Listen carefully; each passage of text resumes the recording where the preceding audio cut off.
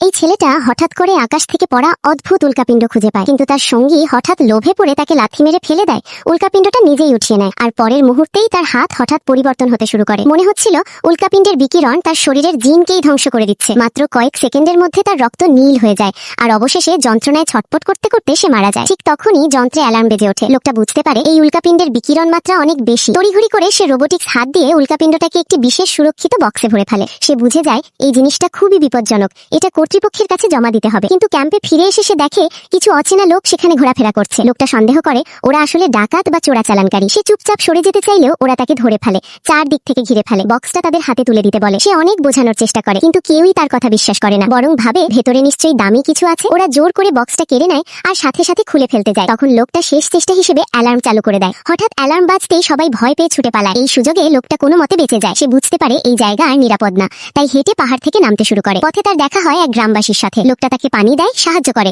এবং বলে নিচের রাস্তা বন্ধ। বাধ্য হয় সে ওই লোকের বাড়িতে আসে আর খুব আন্তরিকভাবে তাকে খাওয়া দাওয়া করায়। কিন্তু পরের দিন সকালে ঘুম ভাঙতেই লোকটা দেখে সে দড়ি দিয়ে বাঁধা। তখনই সে বুঝতে পারে গতরাতে খাবারে কিছু মেশানো ছিল। আসলে সেই লোকটার নজর পড়েছিল বক্সটার দিকে। লোকটা বারবার সতর্ক করে বক্সটা খুলবেন না, এর ফল ভয়ঙ্কর হবে। কিন্তু লোভে অন্ধ ছেলেটা তাড়াহুড়া করে বক্স খুলে হাত ভেতরে ঢোকানোর সাথে সাথেই সে বুঝতে পারে অনেক বড় ভুল করে ফেলেছে।